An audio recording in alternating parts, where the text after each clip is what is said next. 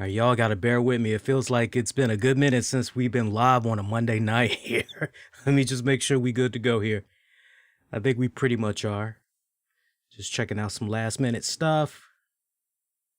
Let's see, that looks good. Let's go to content real quick.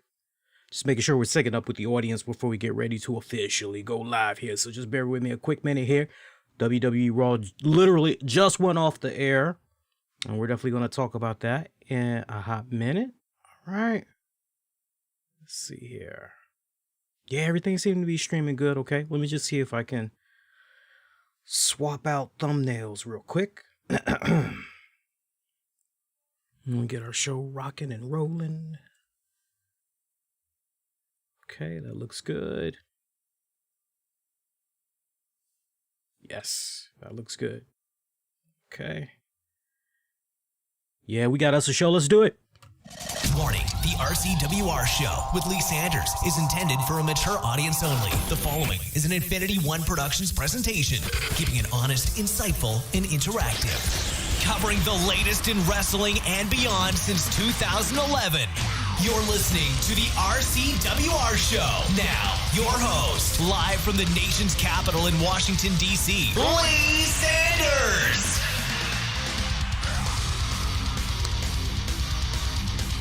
Hey, what's up? What's up, my pretty babies? Lee Sanders here. You're checking out an all-new The RCWR show covering the latest in wrestling, entertainment, and beyond since 2011. Happy to be back. It feels like maybe we might have missed a couple of Mondays, or at least we did one Monday. We skipped the next Monday, but it feels like it's been an eternity since we last were on a Monday night for you guys. So I do appreciate those of you that's tuning in, however you're checking this out right now, be it live or on demand or on the downloads. Appreciate the love and the support as always. So Raw went off the air. I gotta tell you, nothing really has me laughing my ass off than when I see Randy Orton delivering a devastating RKO. But when he does it particularly to a person that has had it in their due, that just makes it even more icing on the cake. We'll talk about Raw. Also, I'll offer my thoughts on some recent passings, man, some legendary men that put their own respected mark in the entertainment industry, sports and everything, media and all that. Hank Aaron, Larry King. We'll also preview Royal Rumble. We're not going to go over predictions on this episode. We can definitely go into predictions later on in the night. I want to just give you guys a heads up right now with regards to how we're going to be shaking things up on Monday nights going forward, because I think this is very, very important. So I want to say this up front, and it may be good news to some of you guys. It may be bad news to some of you guys. It just really depends on how you go about looking at this, okay? So as many of you guys know from, I've said it off and on for the past couple of months, but basically I'm going back to college to resume my degree. I'm switching majors up though. Last go around some 20 years ago, I was majoring in visual arts and everything. And for respected reasons, wasn't able to finish up on that. So I'm going back this go round, but I'm majoring in broadcast media journalism and everything. So effective this Tuesday, I officially am back in school. Now, what does that mean particularly for Monday nights? Well, what it means for Monday nights is gone for now, unless there's a special holiday or there's no school in session on a Tuesday. Gone are going to be the Monday nights where I typically do a 2-hour, 2.5 hour show. The new goal is a hard 45 minutes, 50 minutes tops. Anything that I'm not able to cover, we will definitely follow up with another show midweek. That's the promise to you guys. And I think you guys will definitely appreciate that, because I know there's been some weeks where you've been looking for me to talk about NXT, AEW, haven't been able to really do that. So to do a hard 45 to 50 minutes going forward, awesome.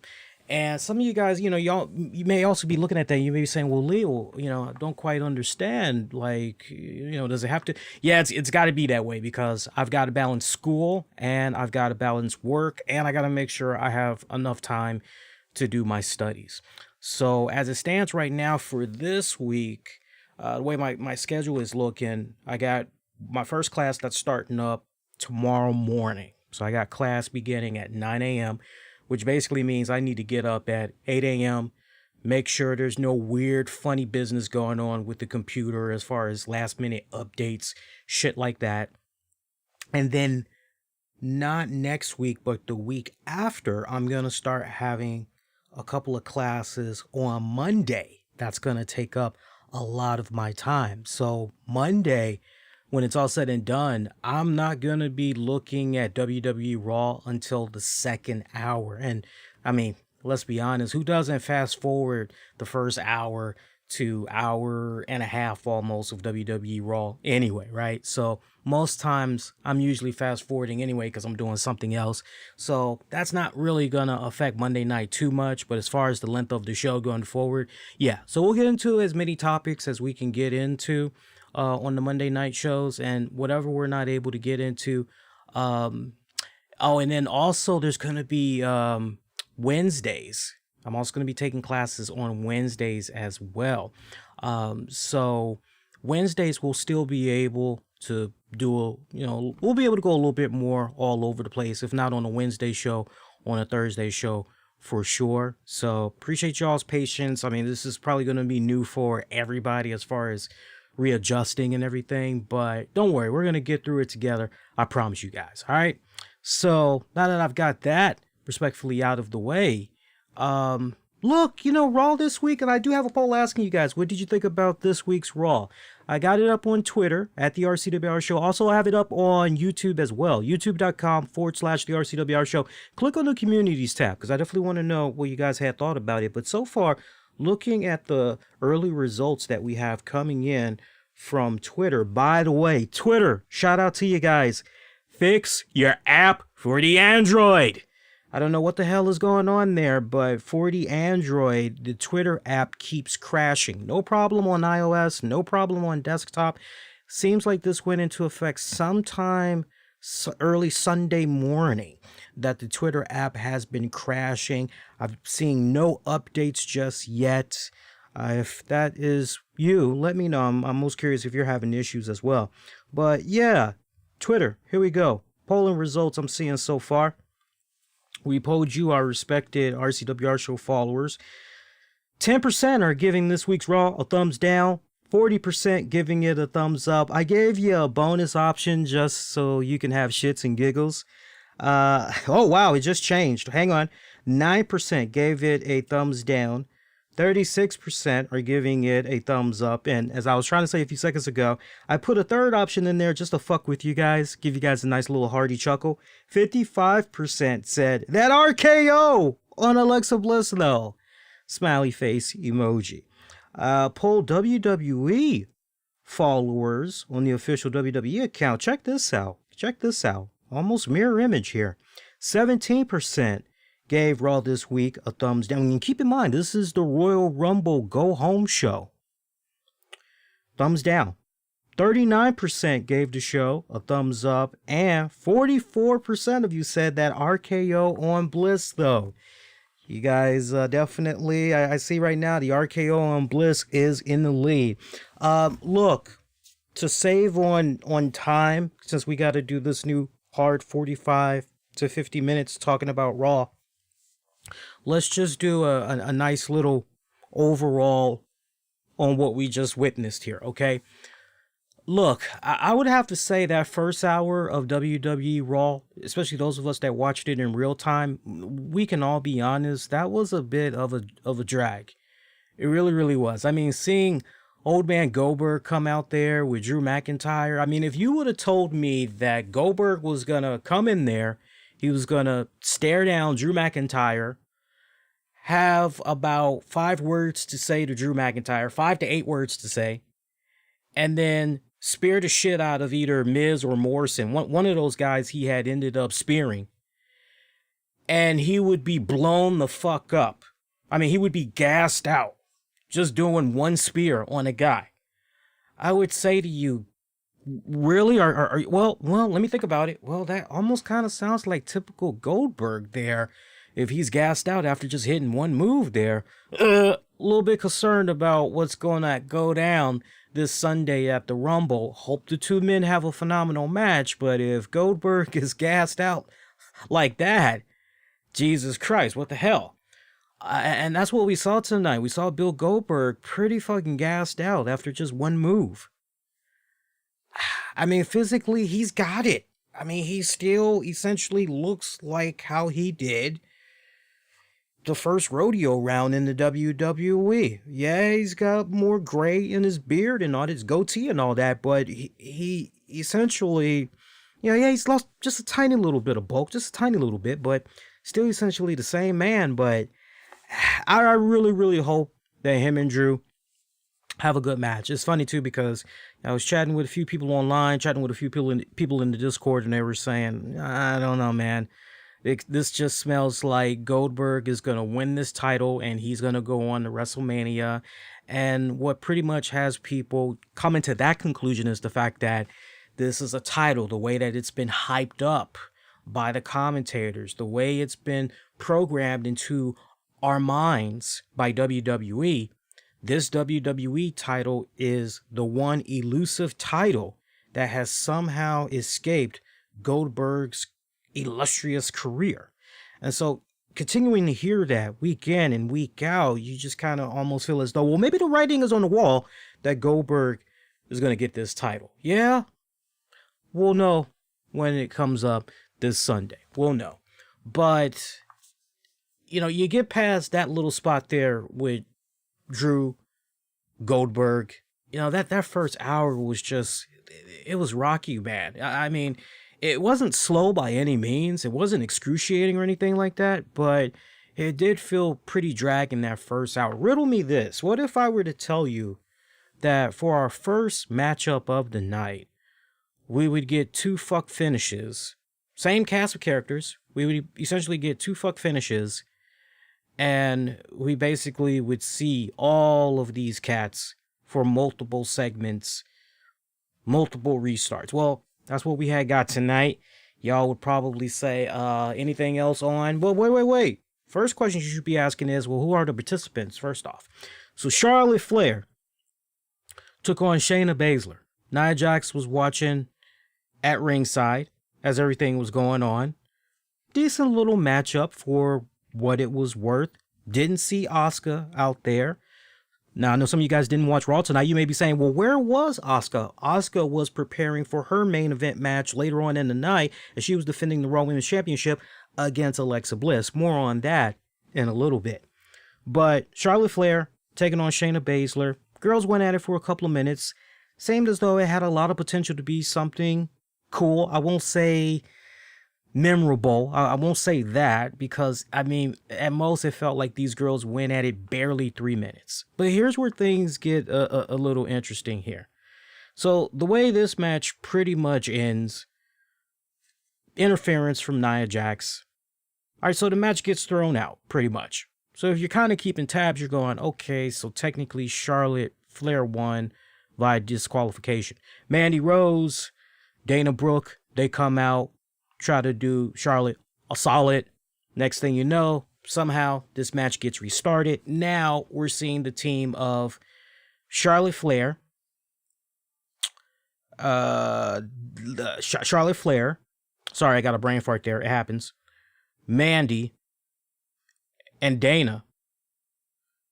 Oh yeah, you know what? Lacey Evans got into that as well. I almost forgot. Lacey Evans, she did get involved in this as well. So the match gets restarted. It ends up being Charlotte Flair, Mandy, Dana taking on Shayna, Lacey, and Nia. Now, closing moments of this one, this is where it just got really, really interesting here. Because Flair and I'm trying to think who was it outside. I'm trying to figure out who Flair had I want to say maybe it was Shayna she was beating. Yes, it was. Flair was beating up Shayna outside of the ring. And at one point, Charlotte locks eyes onto Nia. And she pretty much says to her, hey, don't even start nothing. You stay exactly right where you are. So Nia's just standing there looking on. And you got the referee. I mean, he's counting so goddamn fast. I mean, he's literally going 1, 2, 3, 4, 5, 6, 7, 8, 9, 10. I mean, he's literally going like that. So you hear the 8 count. And at this point, once it goes 6, 7, 8, Charlotte, who was on the offensive end there outside the ring, she did have Shayna by the hair. Shayna comes right back. She's on the offense now. The referee at this point, he's up to 8. So Shayna decides, okay, let me push Charlotte back into the ring. All of a sudden, it just goes 9, 10. And that's it. So the team of Charlotte Flair wins via DQ. So if you're having this in the back of your mind, you're going, okay, so that's essentially 2 DQs now. Okay. All right. Well, moving right along. We come back from a commercial break and this match has been restarted yet again. So you're going, Jesus Christ, what the fuck here? All right, so finally we saw a definitive winner. Not really any shenanigans going down. Team of Nia, Shayna, and them picked up the W. At one point, Charlotte Flair did chase after Lacey Evans, so that pretty much took care of them and everything. But what was the real story that had a lot of people talking about this particular matchup is the fact that Nia Jax, yeah, she's not like most girls, to put it ever so politely. Actually, you got to go back to a tweet that I had said there. And a lot of people have shared in these same goddamn sentiments. And I really, really do hope that Dana Brooke is okay. Because in the closing moments of this one, Nia Jax helping her team pick up the W as a result of picking up Dana Brooke, who was the legal person, and she does this half-cocked ass, sloppy, one-handed choke slam, essentially. You guys that have Raw in your DVR, or maybe you're going to be checking it out next day on Hulu or whatever, just go back, peep it. It was one of the most sloppiest, and people wonder why Nia Jax gets such a bad rep, to put it nicely. What I said on Twitter, I said, I really hope Dana is okay. Nia Jax isn't like most girls, all right, almost half-assing on protecting her dance partners. And it's the God's the honest truth. Now, we've seen Kane.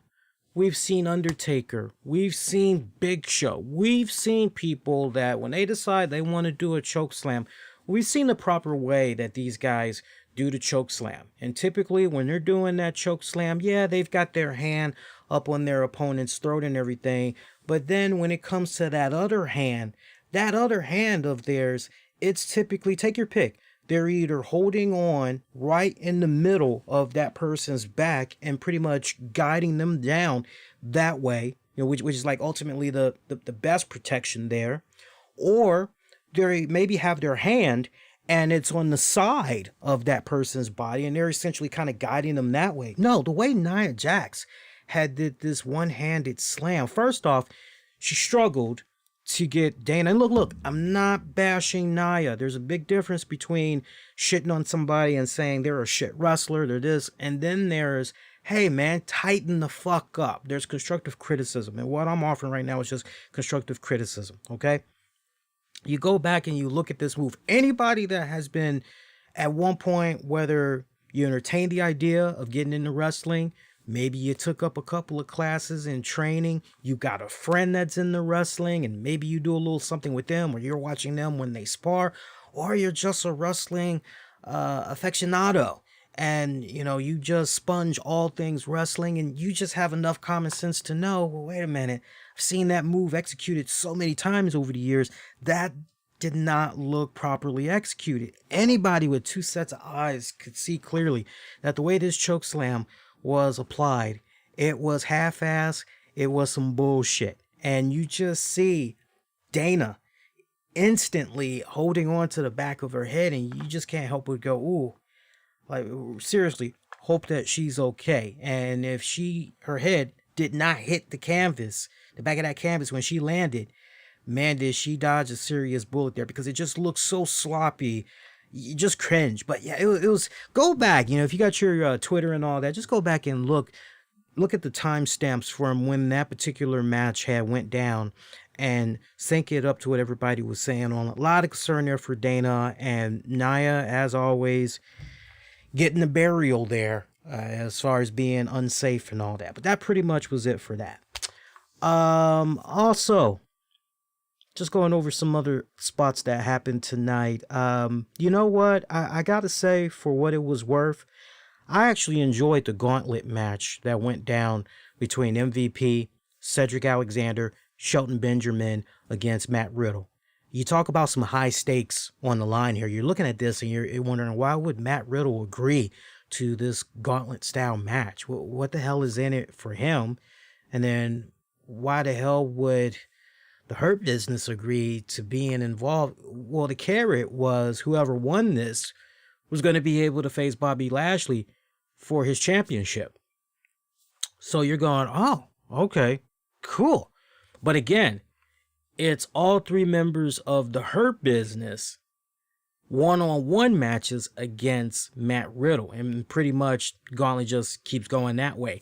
So Matt Riddle coming out on top. Look, for what it was worth, the match with MVP, the match with, who was it? Shelton Benjamin? But it was really Matt Riddle and Cedric Alexander. That, for me, if you want to go and look at matches of the entire night, that's the match that you definitely got to give that gold star to. Matt Riddle and Cedric Alexander. I cannot sing enough praises. And remember what I had said a couple of months ago about, and I saw this a mile away, about Cedric Alexander possibly being the one that could be the odd man out of the Hurt Business, because he's so young, he's so cocky, he's really letting the best of that whole situation get to his head whenever the littlest, tiniest of victories come his way. And he feels as though, okay, well, the success for the Hurt Business came at my expense because this is what I had did. And we really had saw that on full display. MVP really hammering it home to Cedric Alexander there. Why are you playing around with him? Stop playing around. You're supposed to put a headlock on him. You learn this in amateur wrestling one-on-one. What the hell's going on with you, man? Come on, tighten your shit up. I mean, you just see all of that that's going on. And this storyline that's going on with Cedric Alexander is continuing to play out very beautifully. I gotta say, I'm enjoying it on a lot of levels. But as far as match of the night, yeah, Cedric Alexander and Matt Riddle, good shit right there. I don't think I need to talk about Slapnuts taking on Xavier Woods. If I do, you let me know and I'll gladly come back to that. But was what it was. Sheamus, Miz, Morrison. We saw Sheamus originally taking on Morrison. Sheamus picking up the dub. Miz issues a challenge. Hey, do that again, but this time faces both in a handicap match. That handicap match was actually pretty good. I gotta say, as far as another matchup that I would say go out of your way, check out. That match was pretty good. Go out of your way, check that out as well. Main event match. Oh, actually, you know what? Before we get to the main event match, let's talk about, I mean, my God, the way we had titled the episode, at least for our web streams, Edge. I mean, my God, Edge making his return. I mean, not enough hype, not enough build as far as I was concerned, but Edge made his triumphant return. And man, you're just hooked on the fucking promo that Edge was cutting there, man. I mean, Edge is from that era where, all right, it is all about being character driven. It is all about the emotion that character can evoke. Getting that fan to check out that pay-per-view, watch this show, because, and I mean, you want to talk about one of the brightest spots of the night as far as promos go and everything, what Edge did. I know for a lot of people, once they heard that Edge was on the show, they pretty much stuck around because they wanted to know what was going on with Edge. They knew they were going to see Edge in some form physically. They knew that. They just wanted to know, okay, how are we going to set this up exactly? And it was nice hearing Edge reminisce about 2020, the rough year that it was for everybody, and also the injury that he has sustained where he tore his bicep muscle or something like that, something that he had tore and he was out for months. So he proclaimed he's going to be entering the Royal Rumble. Look, whether or not I think he's going to be the one that's going to win the Royal Rumble, he's going to do another back-to-back. I'll offer thoughts on that later in the week. Again, we're going to be talking about Royal Rumble predictions later on in the week. But that was a nice sweet spot to see of the Rated R superstar. Interesting how things are pivoting there. It looks as though, at least for now, as far as bringing hell upon Randy Orton, it looks as though that's kind of on hold right now. Maybe things will change, who knows, but looks like for the time being, yeah. Main event match of the night, Asuka taking on Alexa Bliss. They were doing okay as far as a match goes. But then we started doing all of this weird shit, as best as I can describe it, or as what a lot of you guys were saying in chat and online. What the fuck is going on here? Who was messing around with the lights there? Clap on, clap off. Lights come back on. We get, it's sweet Alexa Bliss. Oh, it's the Harley Quinn Alexa Bliss. Hey, what's going on with her? Lights come back on. We get the Playhouse version of Alexa Bliss. Lights go off, come back on again, and we get the Fiend Light version of Alexa Bliss. And you're just looking at this and you're going, okay, what the fuck? Weird. This is new. I'll ride it out, sure. Looked as though maybe we were going to be getting a new Raw Women's Champion there. It looked as though that's exactly what was about to go down. But tell you what, that last minute, when the lights have finally came back on and we got the Fiend Alexa Bliss, and you're going, oh, this is game over. This Alexa Bliss is winning just on the psychological warfare. This is her. She's going to get this championship. But then out of nowhere, Randy Orton delivering the RKO. My God, that was just fucking, that was badass. That was badass. But did we really have to rush to, okay, he delivered the RKO, now it's time to go off the air? Did we really have to do that? Because look, I'm sure Steve Austin wouldn't mind. Come on, straight up Steve Austin, come on. We can afford at least 2 more minutes there, I'm just saying. But that's pretty much how Raw went off the air tonight. Look, for me, the main takeaways, Edge, definitely the Riddle gauntlet match there with the Hurt Business. I enjoyed that. I enjoyed the fuck out of that. I even enjoyed the most rare time here as a fan. The one occasion where I actually enjoyed a Sheamus match. Handicap there with Miz and Morrison. That actually was pretty good as well. I'm not sure how to feel about the main event match between Alexa Bliss and I think seeing Randy Orton and just delivering the arcade. Hey, badass. That was badass. I love that. By the way, check out my Twitter feed. I think the first, or if not among the first, I'm going to say the first, because I didn't see anybody else mention this in my timeline or anything like that. And my network, as far as like who I follow, if something is picking up, I can see the retweets, what they're liking and all that. What was funny, there was a spot with Lacey Evans later on where she's backstage and she's getting move lessons from the Nature Boy Ric Flair, and all of a sudden I'm having shades of Triple H when he's got Trish Stratus bent over, and then 12 years later it's the reverse and it's brunette Trish Stratus that has Triple H bent over.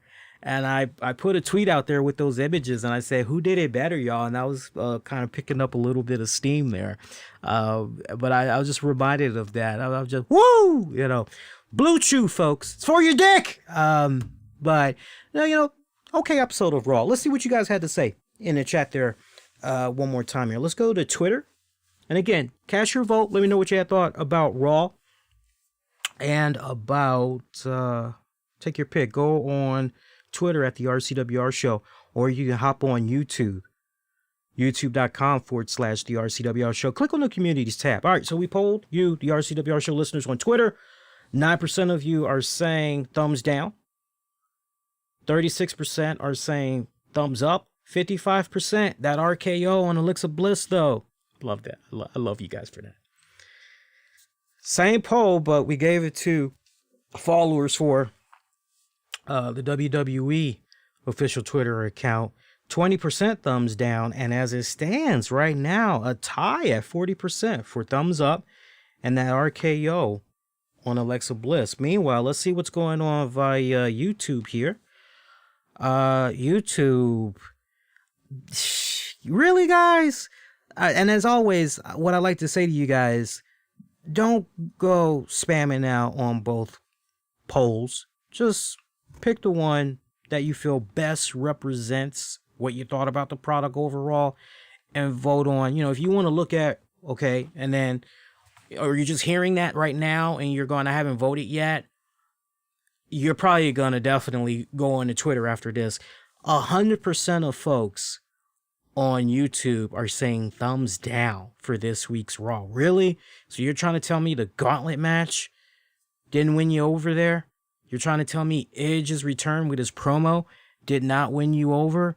You're trying to tell me that the shit there with Alexa Bliss and Asuka, seeing that spot there with Orton, that didn't win you over? Really? Come on now. I'm having a tough time believing 100%. That's the early votes on YouTube. Having a hard time believing 100% thumbs down for Raw this week. I don't know about that one. I challenge that one. So if you haven't voted yet, now you know what's going on both of those outlets. Pick the one that you feel best represents you. I am paying attention to what you guys are saying in the chat with regards to the Bianca Belair WWE Chronicle. Again, I have been busy prepping for school. I have been running left and right, getting textbooks, getting all the materials that I need, downloading software. So really haven't been having free time like that to be checking out. But it is on my list to do. Hopefully before the week is out, I'll be able to check out her WWE Chronicle special, and I'll definitely talk about it. I'm not going to do a long-winded review, but I'll definitely give some overall thoughts on it. Pretty much similar to how I talked about Keith Lee's and Goldberg's, for sure. I'll definitely shed some thoughts on it, but again, later on during the week. Let's keep rocking and rolling here. Let's see how we're doing on Showtime here. I got the recorder here, and we're doing pretty good. I'm seeing that we're about probably 32 minutes into the show so far. So we're doing pretty good. Let's keep rocking and rolling. Remember, we're doing now a hard 45 minutes to 50 minutes max of a show going forward for Monday nights. If you missed all of that information, you're watching this live, just rewind. There's actually a little feature. I've enabled it. You can actually rewind to the beginning and pretty much you can get caught up that way. All right, let's keep rocking and rolling. So, hey, we had lost two legends this past weekend, and oof, you talk about, damn, didn't see that one coming. First off, a friend, really, to the wrestling community, in Larry King. I mean, this, for me, before I knew of Larry King's involvement with wrestling and everything, all I knew about Larry King from all my years watching Larry King was what I saw of Larry King on CNN. And I just felt that Larry King was one of the best interviewers. I mean, so laid back. And the way he would go about interviewing people. And so one thing that I liked about Larry King didn't do like some people and, I'm going to trick you. I'm going to get you into this trap, and then I'm going to embarrass your ass because I'm going to cross-reference this, cross-reference that, and yeah, I'm going to make you look like a fool. You know, he wasn't one of those type of fake guys. You know what I'm saying? He wasn't one of those guys that before the cameras would roll would, oh, it's such an honor to meet you. Oh, I'm such a big fan of your work. La la la. We're gonna have a great interview. Hey, listen, my producer said you didn't want to talk about XYZ. Is that right? Oh yeah, don't worry, you're in good hands. And then when the camera rolls, he's the fucking opposite of everything. You feel where I'm coming from? So I always got a sense of great value and genuine. Somebody that was actually genuine. And I always had a fun time checking out Larry King, you know, and hearing his interviews and all that. Hey, I didn't mind it when Larry King would be, you know, talking some key things that happened in the headlines and all that. But for me, it was always about his interviews. And a lot of people sometimes didn't like the way he would interview because some felt that he was very unprepared. But as Larry King would say numerous times over the years, he would say, you know, no, you know, I would go into my interviews just knowing the bare minimum of what it was I needed to research. That way, you know, everything could just flow out naturally. And, you know, and I kind of saw where he was coming from, you know, with regards to that spontaneity is what he was looking for. And you can see examples like that. I mean, it was trending all weekend long, but the infamous interview with Seinfeld, Jerry Seinfeld, that was some hilarious shit right there. You know, the fact that Larry King went into that, your show had, your show was canceled, or are you into the show? And I mean, Jerry Seinfeld just pretty much fed off of that, and he just pretty much, come on, Larry, don't you know who I am? Come on, I had a hit show for 9 years. What's wrong with you? I mean, this is how he was coming at him like that.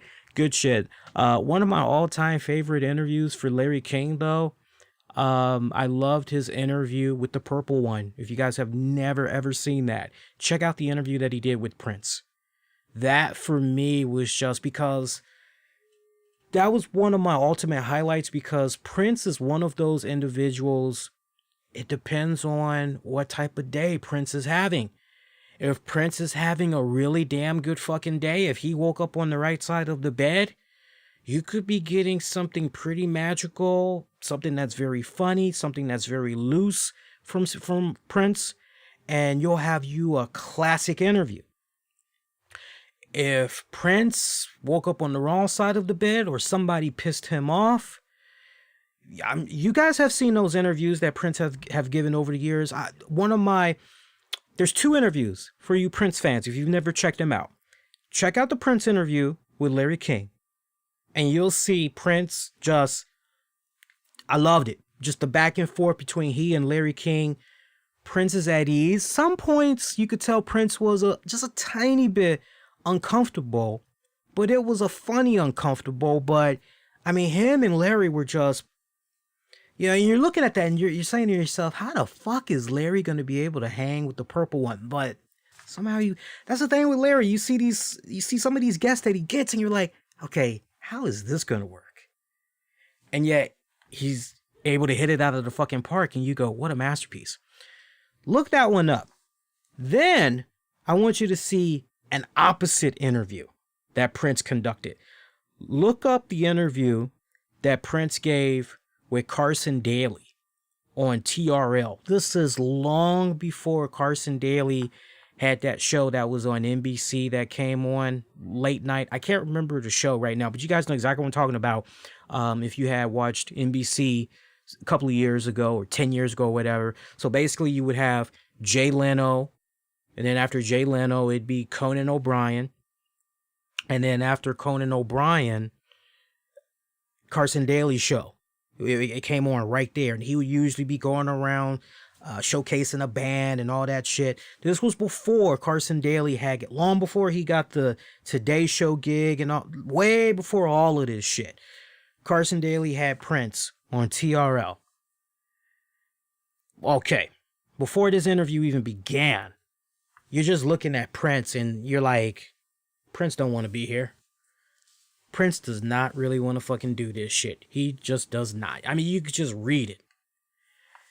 And when Carson starts conducting the interview and all that, it's pretty much your basic fucking fluff questions and all that shit. Yeah, last call with Carson Daly. That's exactly what it was. That's exactly the name of the show. Thank you.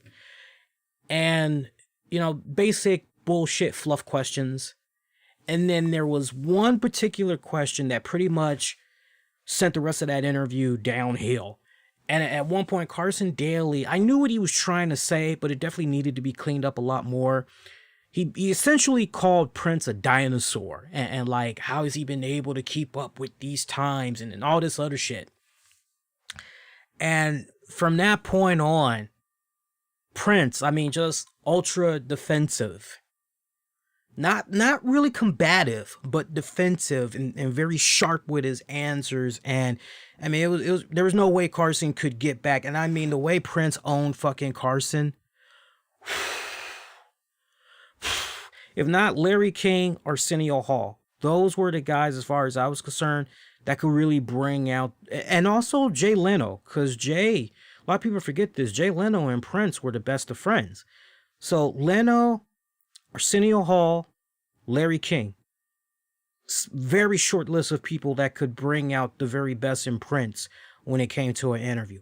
Larry King was definitely a fan of pro wrestling. I don't need to go into any of that with you guys. I know there's going to be other shows that's going to be doing their tributes and all that. And look, rightfully so, especially those that are based out in the New York area. They can tell you more riveting stories and all that.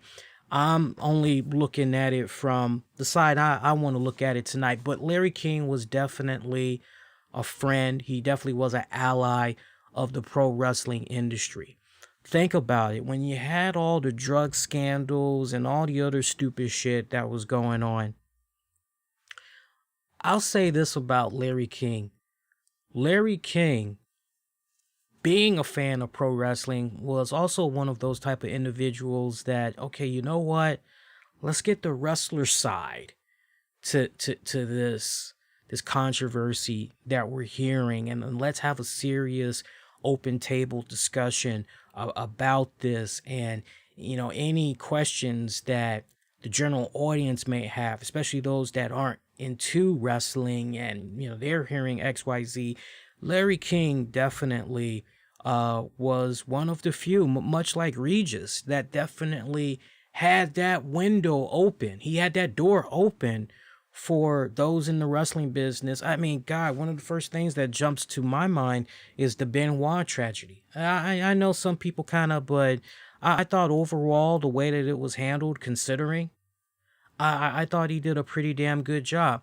You look at the Nancy Graces and other individuals that just, whenever a wrestling tragedy would come about, take it as an opportunity to shit on it. Just a massive fucking shit on it. And you're like, oh, fuck you. I don't give a damn about it, man. Fuck you. But Larry, and maybe it was mainly because I think I'm answering my own question. I think because he was such a fan of the business, and most importantly, he respected the business. He felt compelled to, let's hear what these guys got to say, because they're the ones that's working in this industry. They're the ones that have seen the good and the bad and the ugly. Let's see what they got to say. And long before, this is the main point that I think a lot of people, because I know in today's day and age, we got a lot of younger listeners that probably don't even know who Larry King is, and I understand. But Larry King, look, we're talking about a time way before you had way before the internet exploded, really. We're talking about way before podcasts. We're talking about way before anybody could just turn on a webcam, do a show, right? We're talking about way before that. Nowadays, you look at what's happening. Wrestlers are able to get interviews with Sports Illustrated, who at one point didn't care for pro wrestling. Forbes is now covering wrestling. Think about that. Forbes is now covering wrestling. Rolling Stones now cover wrestling. You're like, what? Say what? ESPN, now all of a sudden, you're like, what? I mean, before all of these entities started, wrestling ain't that bad. Back in the heyday, you either had Jay Leno, Arsenio Hall, Larry King, Regis, and Kathy Lee. That pretty much was it. If I left somebody out, you guys let me know. And I home in on those particular names because those were the names if you were promoting a wrestling event or you had some type of if you were a wrestler and maybe you had like a part in a big blockbuster movie that was getting ready to come out or some shit like that. Those are the shows that you went on to get people talking. It was a very, very short window of people you could go to because wrestling back then, people need to understand it was very frowned upon. Very frowned upon.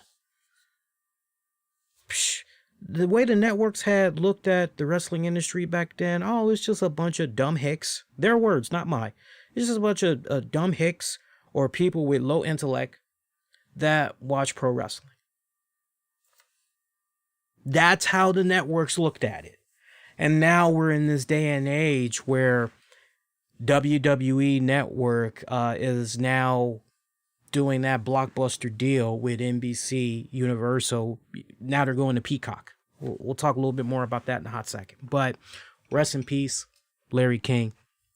Truly one of the best pioneers in his time. Definitely the king of media. As far as I'm concerned, definitely the king of media. He was having some health problems within recent weeks. If I remember it right, I'll have to rely on you guys, make sure I'm correct. But if I remember right, within recent weeks, he had got diagnosed with COVID.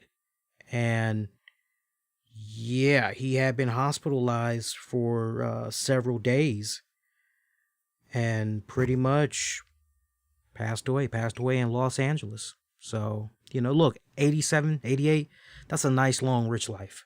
It just sucks that COVID was part of it. You just can't help but wonder how much longer he might have been living if it wasn't for the COVID there. But, say, man, it's COVID. I can't stress it enough. Wear those masks. It's now gotten to that point where they're even saying with regards to, because apparently there's a new strand of COVID that's running around. Now they're saying, hey, just wearing a bandana or just wearing something like this.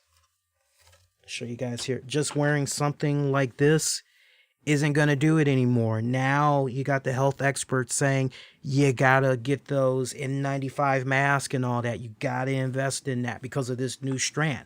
They're saying, no. A bandana, that's not going to do it anymore. You got to wear the real shit now.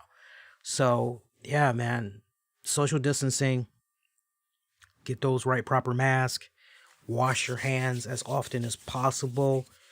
That's great if you got the hand sanitizer, but nothing beats taking a good old piece of soap and doing it the old-fashioned way for 20 to 30 seconds. Get that nice good lather up, wash under your nails. I'll give you guys another tip that I hear a lot of doctors don't recommend. A lot of the specialists don't recommend, but they're not recommending, and they should. And I can't stress it enough. Make sure that your nails, get a good look at my nails here. Make sure with regards to your nails, you're doing your very best when you're washing your hands. You're washing up underneath your nails. And if you can actually do without your nails, go on ahead and cut your nails. I'm not saying, cut it all the way down, cubicle or whatever. You don't have to go that fucking deep when you're cutting them. But, the more nails that you have, the more you let your nails grow out there, the more you're likely to pick up dirt and all that. You know how it is with your nails when you let them grow out. More likely you are to pick up dirt and all that from all kinds of places. And then just think about that. Yeah, you may have washed your hands and all that, but now you're scratching your face. You're rubbing your nose. Maybe you're picking your nose, scratching your upper lip or whatever. Yeah, ain't no telling what's underneath those nails. So you want to do a good job making sure you're cutting those nails. Hygiene, man. That's what it's all about when it's all said and done. Another legend that we lost, Hank Aaron, one of the baseball legend greats. 23 seasons in the MLB from 1954, was that 1976? 21 seasons with the Braves. 755 career home runs. Just, you know, I look at Hank Aaron and I definitely put him in the same category as a Jackie Robinson. You know, the contributions that Hank Aaron made for MLB. I mean, let's be honest here. You know, hey, yes, Jackie Robinson. Everything pretty much, you know, Jackie Robinson. That's where everything starts. Jackie fucking Robinson. But you look at what Hank Aaron had did. Just stop and think about that. You look at when Jackie Robinson had entered the league. He played for the Dodgers, and he pretty much was there. What was that? I'm trying to think when Jackie Robinson was active. I think it was like 47 to 56, if I remember it right. You know, and so just look at what Jackie Robinson had to deal with. Sure, by the time Hank Aaron came along, it was a tiny bit better, but not by much for minorities, particularly blacks. And just what Hank Aaron, I mean, great ambassador for MLB, a great humanitarian, great philanthropist, great member for his community, just all the great things that Hank Aaron had did. Anybody that does not know a thing or two about Hank Aaron, look, even if you're not a baseball fan, you owe it to yourselves, especially since we're going into February, Black History Month and all that. You really owe it to yourselves to brush up on your Black history and particularly look up Hank Aaron.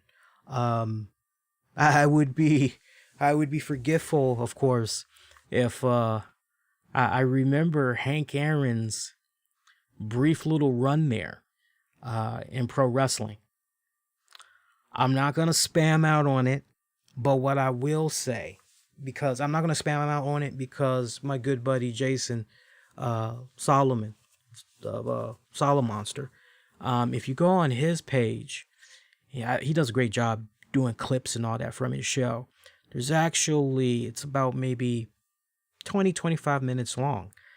He goes down memory lane on that time when I believe it was Ole Anderson, when Ole Anderson pretty much was out of WCW, and it pretty much tied into Hank Aaron. So if you didn't check that out, go out of your way when you get done with this show and peep that out. You'll thank me later because it's a great fucking listen. But rest in peace, Hank Aaron. How are we doing on Showtime? Let's see how we're doing here. All right, so we're about 55 minutes in. I'll tell you what, we'll go a couple of more minutes. We still are not doing nowhere. Told you guys, we're not doing a 2 hour, no more 2 hour and a half show. Those are done. What I will get into though, bear with me a second here. Let's talk about a couple of quick things real quick here. All right. So as we saw from this past weekend, Super Bowl is now set. Tom Brady and the Bucks are going to be taking on Patrick Mahomes and the Kansas City Chiefs in 2 weeks. Super Bowl Sunday. Look, Tom Brady, 43 years of age. What this man has been able to do during his illustrious career. For him to be in a position where he's able to make a 10th Super Bowl appearance. Just think about that for a second. His 10th Super Bowl appearance. For a chance to get a 7th Super Bowl.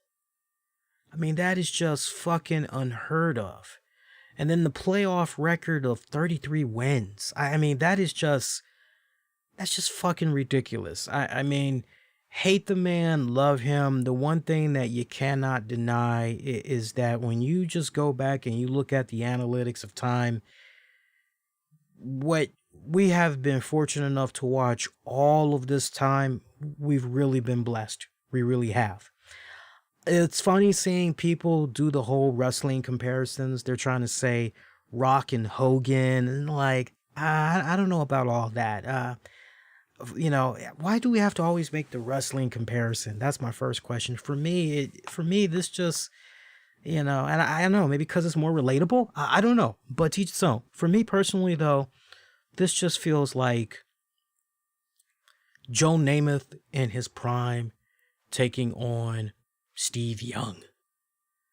It almost kind of feels like that to me. If I had to go with a wrestling comparison, first of all, I damn sure wouldn't go with Rock and Hogan. I damn sure I'm not going to go in that route. What it feels like to me, I would say the Nature Boy, Ric Flair, versus it feels like the Nature Boy, Ric Flair. So Tom Brady in this case would be Ric Flair taking on, I don't know. I'm trying to think of a young up and comer, a lot of great promise. And that's Ric Flair in his prime. Well, there you go. For me, Ric Flair versus MJF. That's exactly what it feels like to me. Exactly what it feels like to me. Ric Flair versus MJF. Can you guys just imagine how that would have been if we could just somehow take a magical wand and just actually Ric Flair in his prime, absolute apex, taking on this white hot newcomer in MJF. I think that's the analogy that we need to be going with. Please, let's not ever keep going with the whole, it's Hogan versus The Rock. No, it's not. No, it's not. I'll even fucking admit that. And I watch every single fucking NFL game every fucking season for the past, Jesus, whenever I was born. Okay, so that's how far back I go with regards to that. It's going to be a great game. Yeah, I've already had a couple of people asking me, who do you think's going to win? I'm slightly leaning by the Bucks. I know next week, the week of the Super Bowl, I'll definitely offer my Super Bowl pick. But right now, I'm kind of leaning towards the Bucks. But the one thing that we all can be in agreement of, it's going to be a damn good game. That much for sure. It's going to be a damn good game. Can't wait to check that out. Let's see what else we got here. And we're doing pretty good, man. Also, Conor McGregor losing the UFC title. I did not see UFC. I just pretty much heard about the results. You know what? Look, just kind of going based off what everybody was telling me and everything that had watched the fight. The overall consensus was McGregor didn't seem like the same McGregor from previous fights. And look, honestly, this is the best way I can sum it up. Once you've reached the top and you've been at the very top for so long, eventually you start to become complacent. Eventually you get to that point where you don't continuously think about evolving. You just get to a point where, hey man, life is good. I got this going on, blah, this, blah, that. If anything, one thing that was pretty alarming to me, I don't know if it really was for anybody else, but, seeing Conor McGregor just do all these commercials, doing his thing with the whiskey. And I mean, he's just doing all of these, his hits and all of this other stuff. Oh, and I'm supposed to, no brainer, Conor McGregor with regards to this fight that he's got.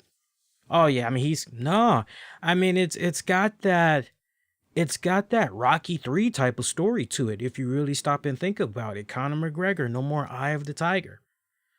And now you got Conor McGregor's camp and stuff saying, they're pretty much going back to the drawing board and they're going to come back. It's like, hey, if your heart is really into it, I mean, because we know past couple of years, he's been teasing the whole, I'm not really sure. I don't know if I want it. Maybe I'll retire. Work in the media and all that. Dana White just pretty much, whatever. We're gonna move on with or without. We're good. But just hearing what everybody has been saying that I've talked to privately about that fight, and trust me, I actually do have the fight. I just got to sit down at some point and watch it and everything, but just kind of based on what I'm hearing and just what I've seen with my own two eyes, I'm not really surprised that he lost. Maybe you guys are, but I'm not really surprised that he lost. Everybody is up in arms, so to speak, about this new move that's going down with WWE Network and NBC Universal, as the WWE Network is moving to NBC's Peacock network. And it's got a lot of people going, what the fuck is going on here? What the fuck is going on here? Okay, so in case you missed it, you probably didn't if you watched Raw tonight, but WWE and NBC Universal reached a multi-year agreement giving Peacock exclusive streaming rights to WWE Network for American viewers. Again, for American viewers. So if you're outside of America, you guys are going to continue to get the WWE Network. You guys are good. Just the network by itself. Not associated with NBCU's Peacock. You guys are good.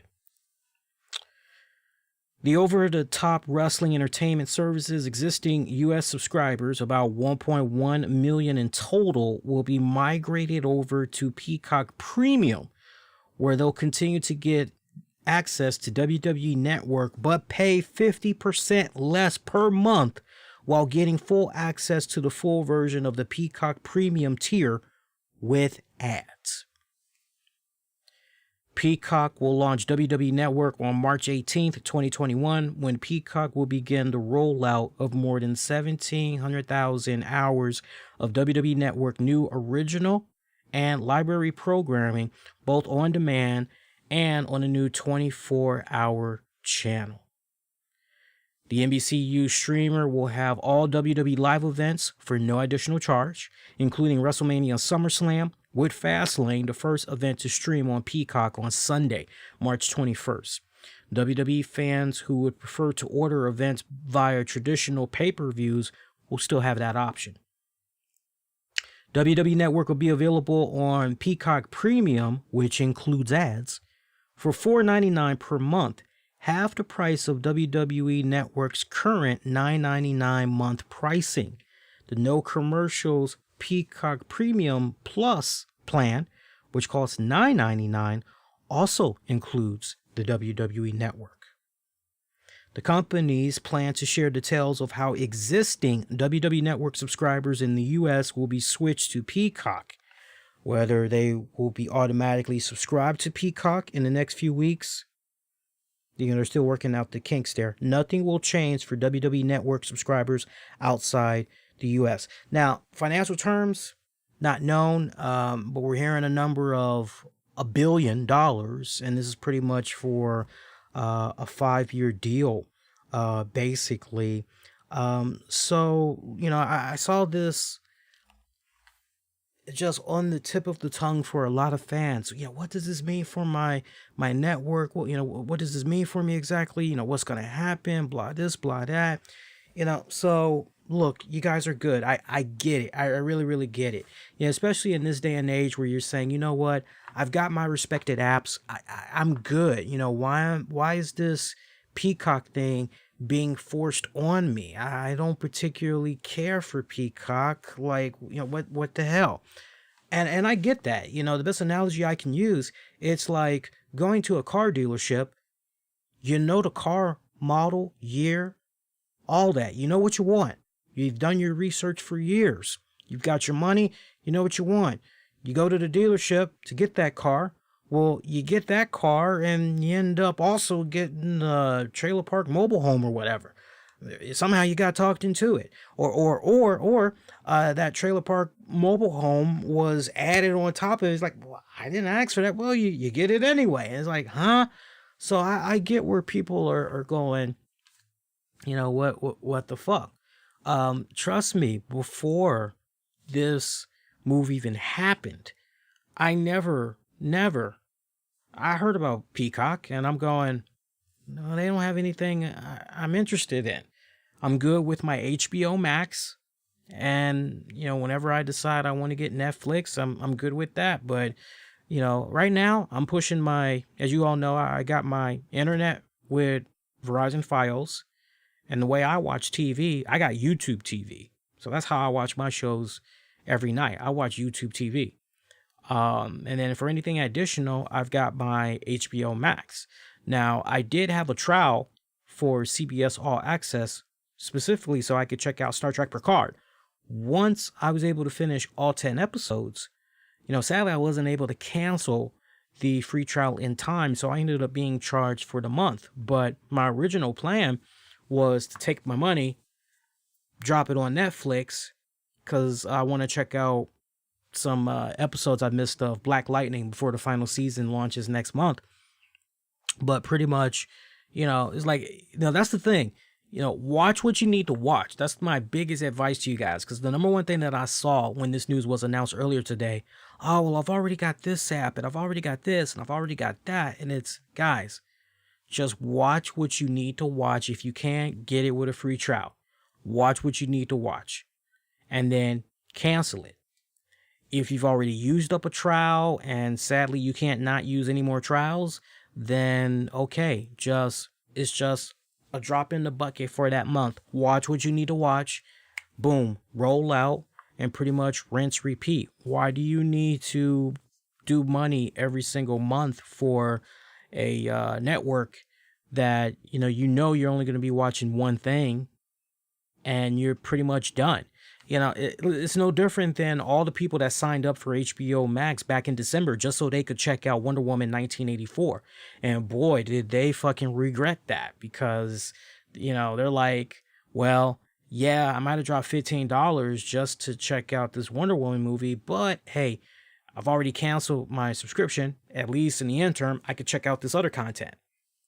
So, yeah, that's the position that we're in right now.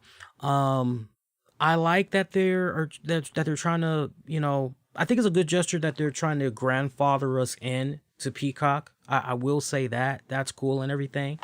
Everybody was also complaining about, well, what does this mean for, you know, how am I going to be able to go about checking out Peacock? Like, what the hell? That's really no biggie. TV, you got Android TV, Apple TV, Cox, LG TV, Roku, Vizio, Xfinity. For computer, you got Chrome, Mac, Windows, mobile tablet, Android, phones and tablets, iPhone and iPad. Gaming consoles, you're covered on PlayStation and Xbox.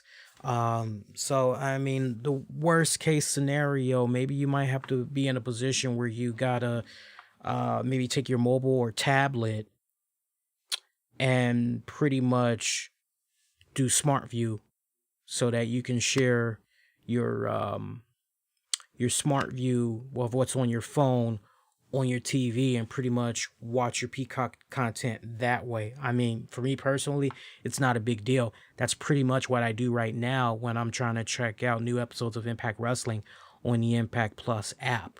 I pretty much go to my phone, I hit Smart View so I can pretty much link my phone screen up with my TV screen, and then I load up the Impact Plus app, load up the newest episode of Impact. Boom, I'm watching it on my TV while my phone is sitting down somewhere. So it's really not going to be that much of an inconvenience or a headache if you really stop and think about it. You know, look, I know that there are a lot of people that's out there that just check out the WWE Network either just strictly for the pay-per-views and or the new original content. So the fact that they're just going to have to go into Peacock to access their WWE content, it's not really a bad thing, especially when you're able to keep the price that you're able to keep, depending. It really depends on what you're paying. I mean, if you're paying the what? Because I've lost track. I think now I think I'm still paying the 10 something for the WWE network, if I remember it right. I think I'm still paying the 10 something, but I think the new price is now 14, if I'm not mistaken. I only know it's 10 something because I always see when it's fucking deducted. So as far as I know, as it stands tonight, I'm still paying 10 something for the WWE network. But yeah, I mean, whenever that launches, I mean, you're not gonna have to worry about anything. I know a lot of people are like, well, what's gonna happen with my playlist? Am I gonna have to go back and try to? All of those kinks are gonna be worked out. Look, they've got until March 18th. They essentially have about a month and a half, really, to iron out all these fucking kinks. But even when you really kind of take a step back and think about it, okay, WWE Network is heading over to this platform. Just the fact that you'll be able to get the WWE Network for $5 a month. I mean, that is a huge win for the fans. It really, really is. It's a huge win for the fans. And I believe NBC is also hoping that by essentially adopting the WWE fans, I would imagine that they're also hoping that, they can have that trickle down to the other content that's there on Peacock as well. If there was ever a time to do a nice 1-2 punch where you're trying to capitalize on the WWE fan base, you should try to do your best to coincide this merger with new original content for Peacock as well.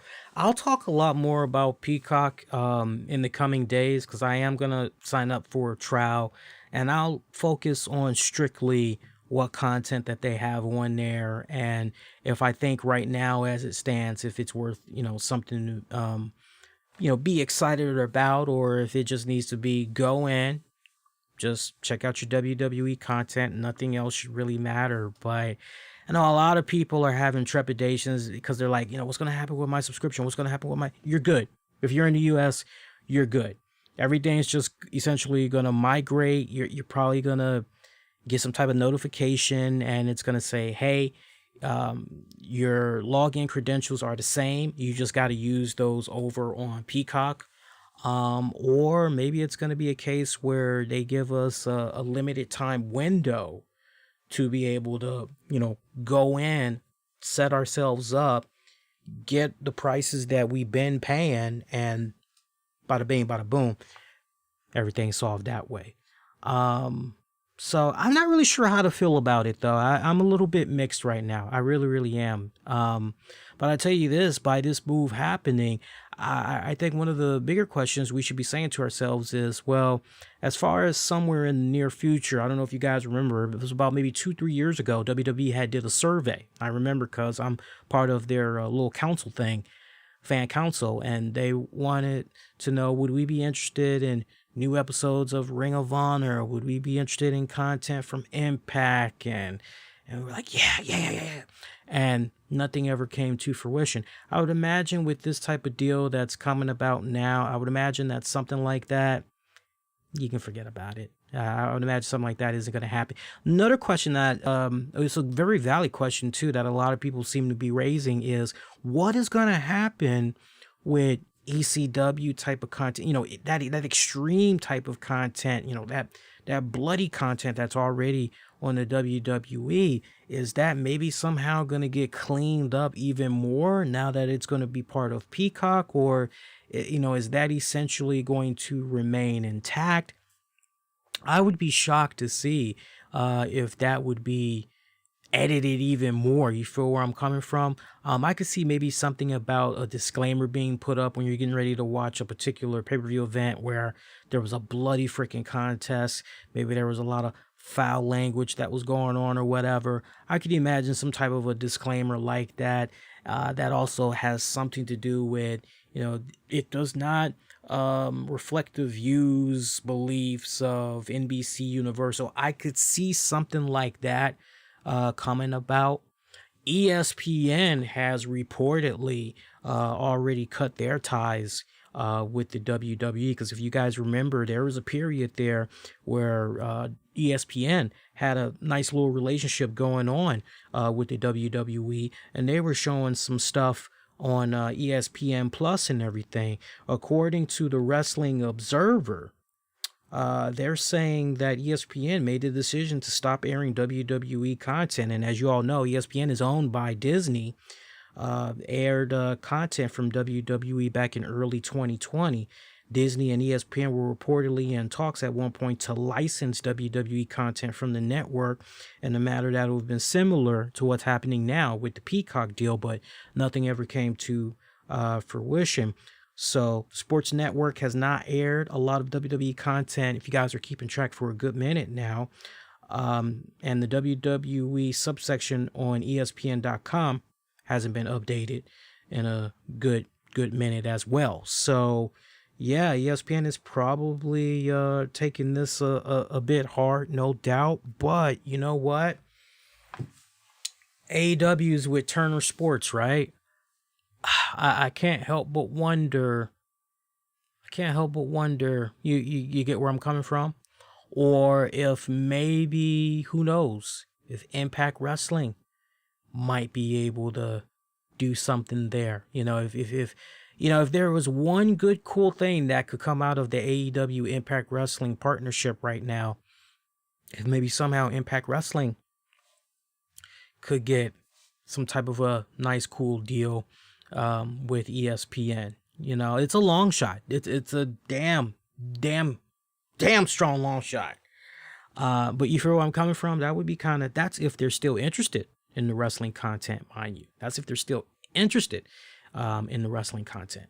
See, other than that, you know what? I'm going to say, let's stick a fork in it for now. Let's say DONE done. We got about an hour, almost hour, 15 minutes. Let's stick a fork in it. We obviously get into some more stuff on the next show. So you guys that are seeing the thumbnail, you may see some teases. One thing I can let you guys know, you probably are seeing the Slow Jamming with Lee logo. Yes, and if I remember it right, it's going to be the 8th annual Slow Jamming with Lee that's returning Valentine's Day night 2021. So if you have any special requests, dedications, I'll be creating a video thread, posts all over social media. I'll be taking requests and dedications. And I always look forward to doing that special. It's good shit. It's good shit. And this is a bit of a teaser, but I will be talking about the Shine Wrestling 66 event. I talk about it now, but I don't want this being a 90-minute show. I want to pretty much just...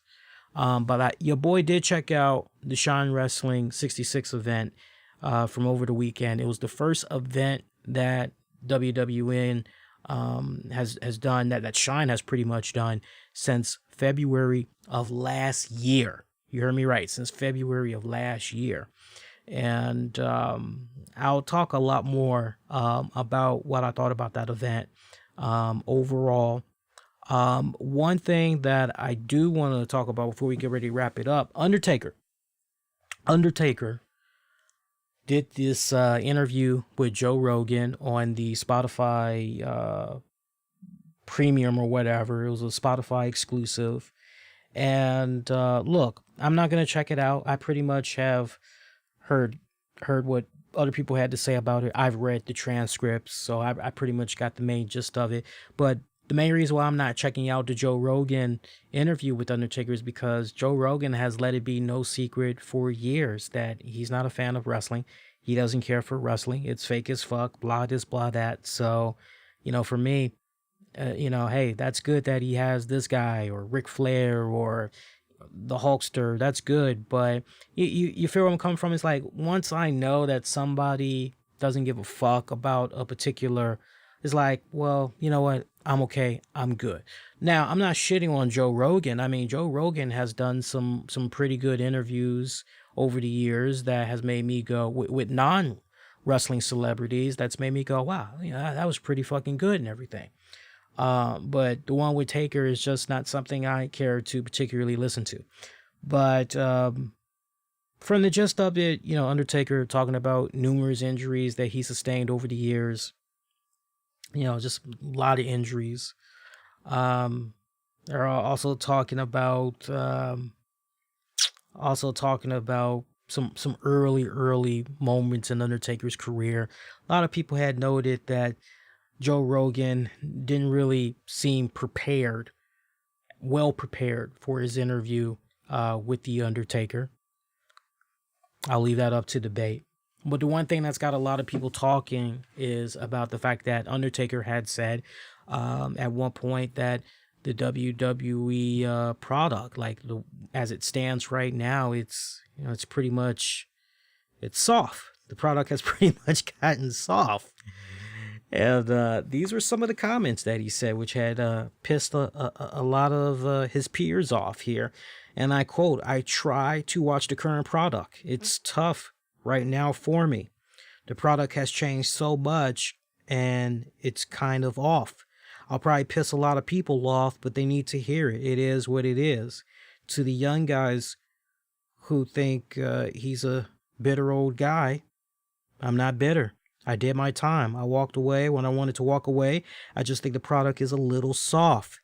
There's guys here and there that have an edge to them, but there's too much pretty and not enough substance, I think, right now. One of the big things that happened was that the generation before, we all got old at the same time. So there weren't enough guys to work with the young guys.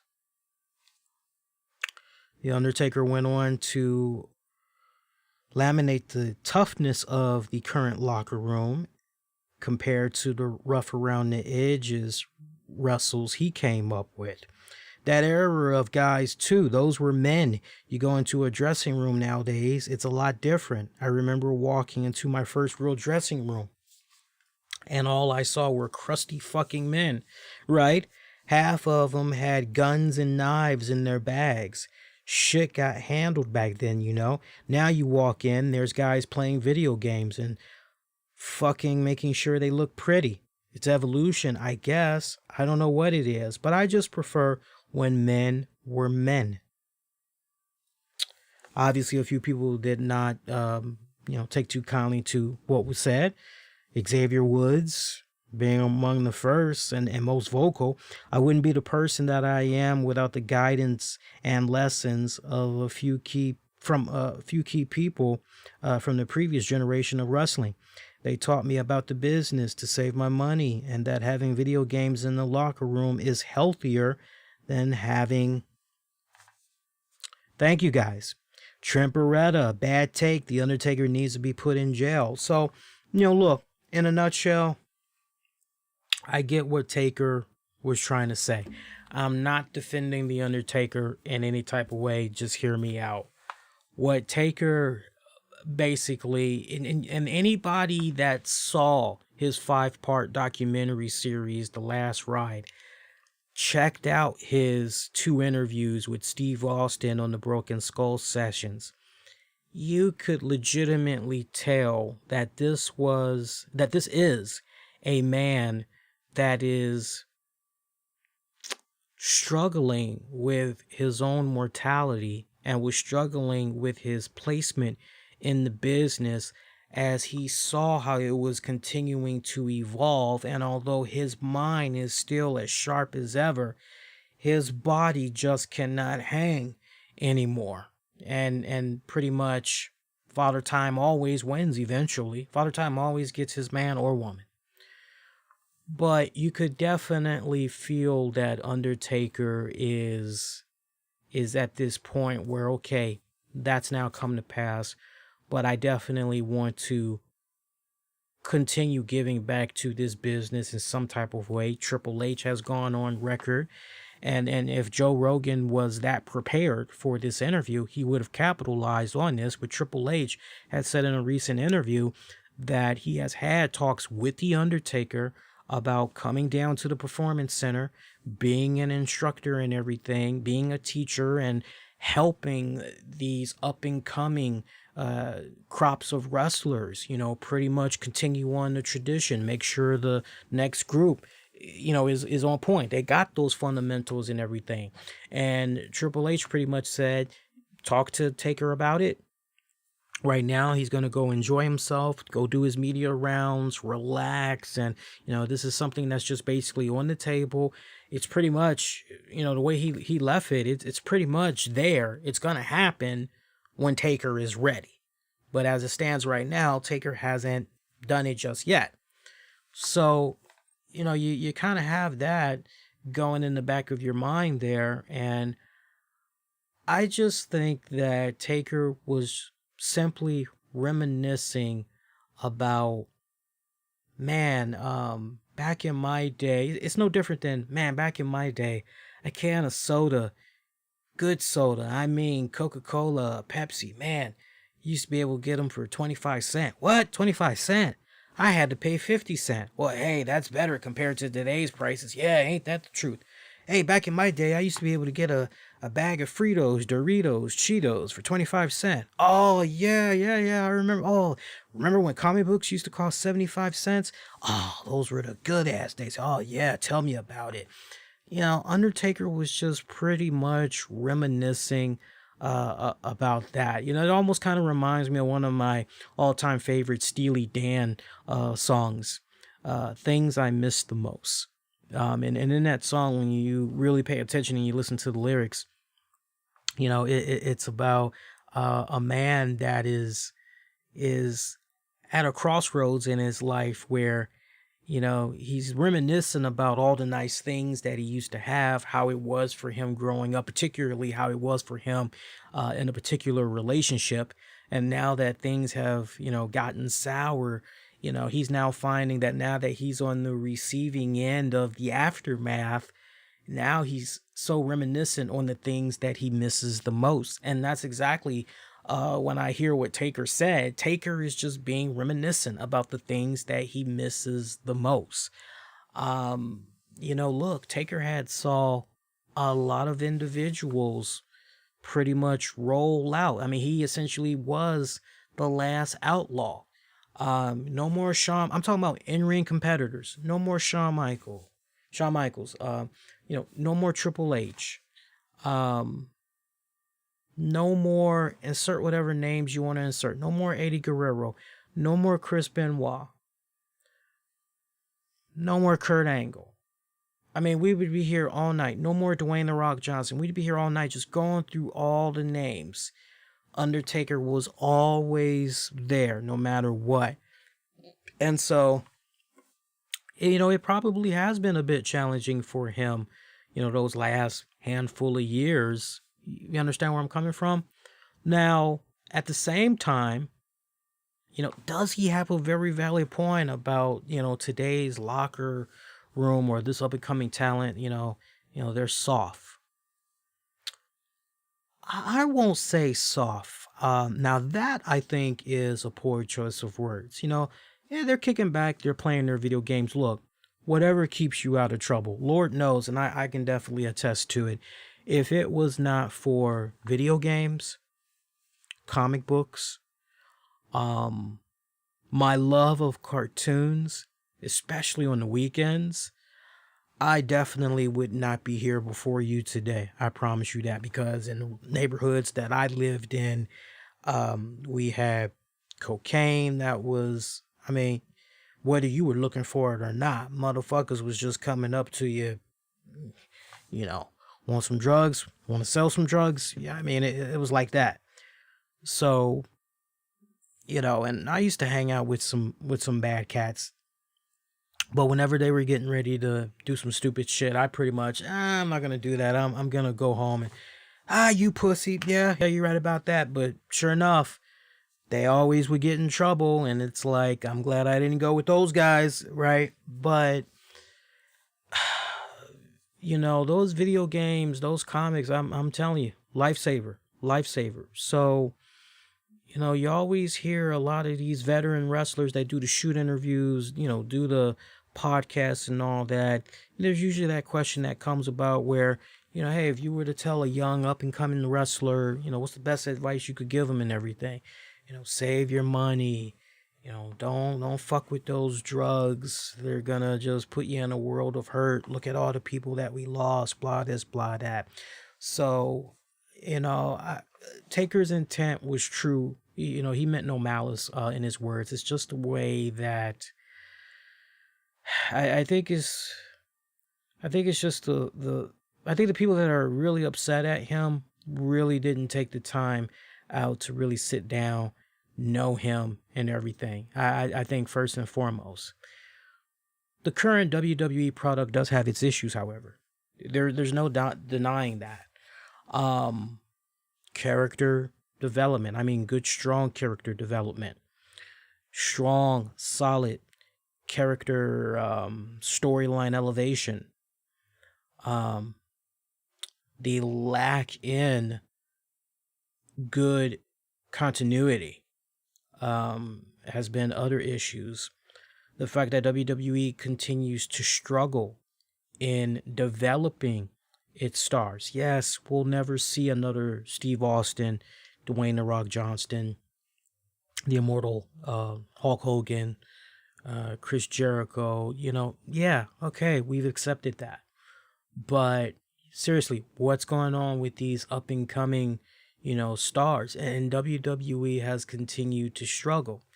Look, you look at AEW, for example. MJF is a diamond in the rough, just what Cody is doing over there. I mean, he's continuing to tear it up. Wardlow, very promising. Hobbs, very fucking promising. Darby Allin, very, very fucking promising. And that's just on the men's side of things. Just on the men's side of things. Private Party. Fucking Private Party. They are really, really coming along. That's just on the men's side of things.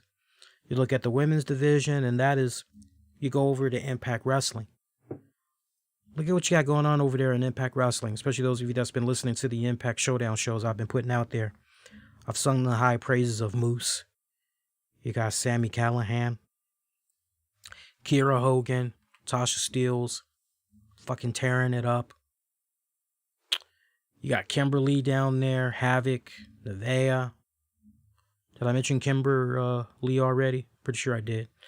Deonna Purrazzo, I'm still trying to figure her out, but girl can put on a fucking good match. I definitely got to give her fucking props.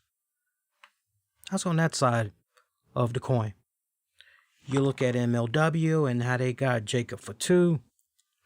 They got Hammerstone, the beautiful, the lovely Selena De La Renta. And you look at the white hot fucking trolling she's been doing of Elisa Atude. I mean, there's a funny ass interview that Atude had did with Selena De La Renta that's been making its rounds. Go check that out. No doubt those two girls at some point are going to be having some type of a fucking match. I can't wait to see that. But everybody, you look at all of these promotions and they're doing a pretty good job in establishing and building up these characters that these performers that you're seeing and saying these guys got what it takes to go to that next level. These could be the breakout stars, and they are just continuing. You go to WWE, and yeah, the potential of the talent, you know, it's there, but there's just such a piss poor job. And to kind of quote something that CM Punk had said, you know, a while back, hey, we can come up with all kinds of cool ideas, blah this, blah that, but at the end of the day,